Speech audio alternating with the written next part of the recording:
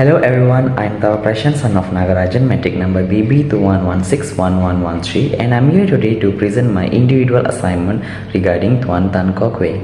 Yang berhormat Tuan Tan Kok Wei, a distinguished Malaysian politician affiliated with the Pakatan Harapan Coalition and Democratic Action Party, has been dedicated representative for the Cheras constituency P123 in Selangor since 1995. Tuan Tan Kok Wei held the national chairman position in DAP from March 2012 to March 2022 and holds various DAP roles such as chairman of disciplinary committee, national organizing secretary and national publicity secretary. He has demonstrated versatility and commitment with over 40 years in politics experience and 37 years in elected member.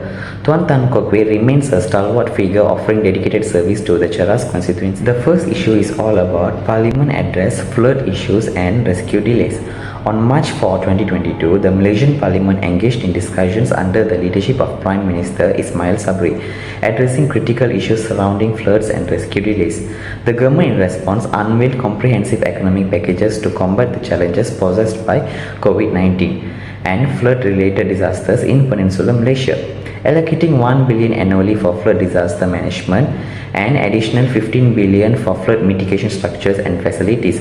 However, amidst these efforts, a long-standing blame game among ministers regarding floods in Northeast Peninsular Malaysia persisted. The response for issue 1 was Yang berhormat Tuan Tan Kok Wei in a parliamentary season raised significant questions about the plight of flood victims, shedding light on issues related to rural poverty, the income gap and the outcomes of government programs.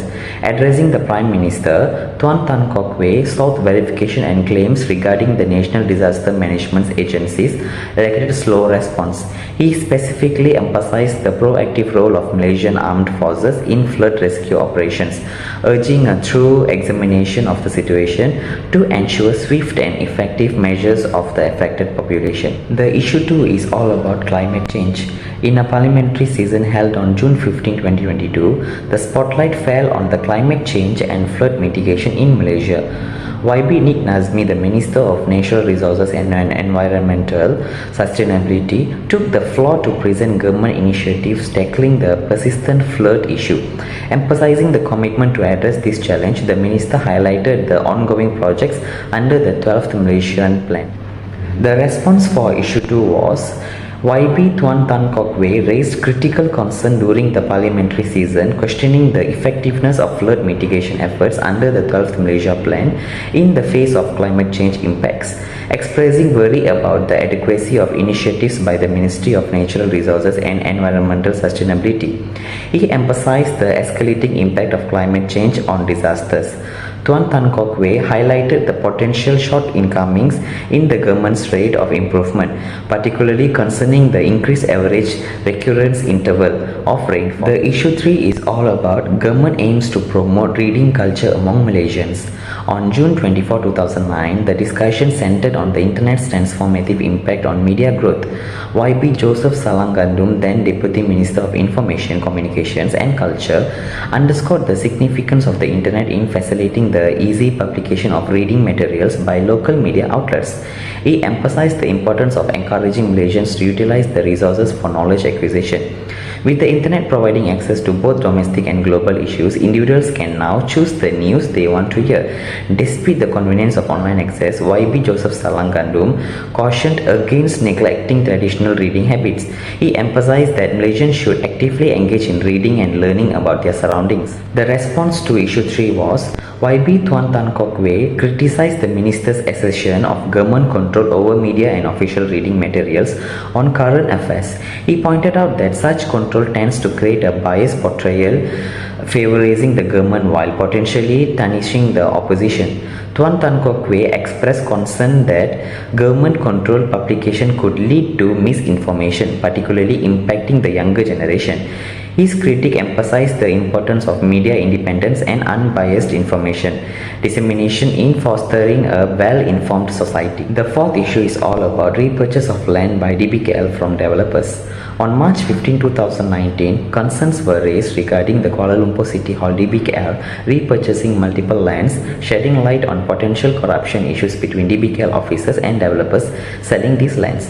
YB Khalid bin Abdul Samad, the Federal Territory Minister, expressed worries about the long-standing agenda of repurchasing government land, often leading to unwanted involvement, misappropriation, and officials profiting without adequate oversight. He pointed out that these deals might involve the government purchasing land below market price. The response to issue 4 was YB Tuan Tan Kok Wei has formally requested a thorough investigation into DBK land repurchase scandal, urging authorities to uncover details regarding involved individuals and facilitating agencies, expressing concern over potential improprieties.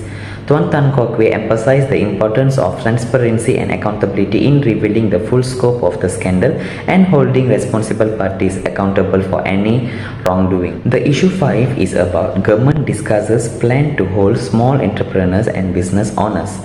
In the parliamentary season on October 23, 2019, YB Datuk Wira Dr. Muhammad Hatta Ramli, Deputy Minister of Entrepreneur Development, presented the government's plan to support small business owners, outlining key initiatives. He highlighted the implementation of aid and micro support for small entrepreneurs, including the establishment of the Micro Entrepreneurs Fund.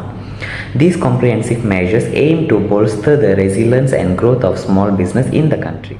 The response to issue 5 was, during the parliamentary season, YB Tuan Tan Kok Wei raised crucial inquiries to YB Datuk Wira Dr. Muhammad Atta Ramli regarding the ministry's long-term plan beyond immediate financing for small business, emphasizing the short-term nature of micro-lending efforts. YB Tan highlighted the need to address the escalating cost of living, especially amidst a global economic downturn. He urged YB Hatta to outline a comprehensive and sustainable long-term strategy that goes beyond immediate financial assistance. My recommendations on YB Tuan Tan Kok Wei on his response is, firstly, YB Tuan Tan Kok Wei raised a valid concern but often poses vague questions. To improve effectiveness, it's recommended to ask more specific, detailed inquiries. For example, in issue 2 on climate change, YB Tan's broad question received a general response, suggesting YB Tan provide specific example like climate change, exacerbating flooding, or for more detailed answers. And secondly, YB Tuan Tan Kok Wei should ask strategic questions, recognizing the limitations of obtaining specific response in a parliamentary setting. For example, in issue 4, rather than seeking names in the land purchasing scandals, a more effective approach is to inquire about the minister's long-term prevention strategy. This shift promotes constructive discussion, showcasing YB Khalid's capabilities and encourage meaningful improvement to the existing mitigation plan. As a conclusion, in summary, YB Tuan Tan Kok Wei's extensive 4-decade political experience positions him as an influential figure in questioning various ministers. To empower the younger generation, he should adapt to the digital age and leverage online resources. Encouraging specific questions can prompt ministers to well prepared with accurate information. Transitioning from the opposition to the ruling coalition, YB Tan should reshape his questioning style, emphasizing the importance of providing accurate information in a parliamentary discussions and setting an example for fellow ministers. Thank you.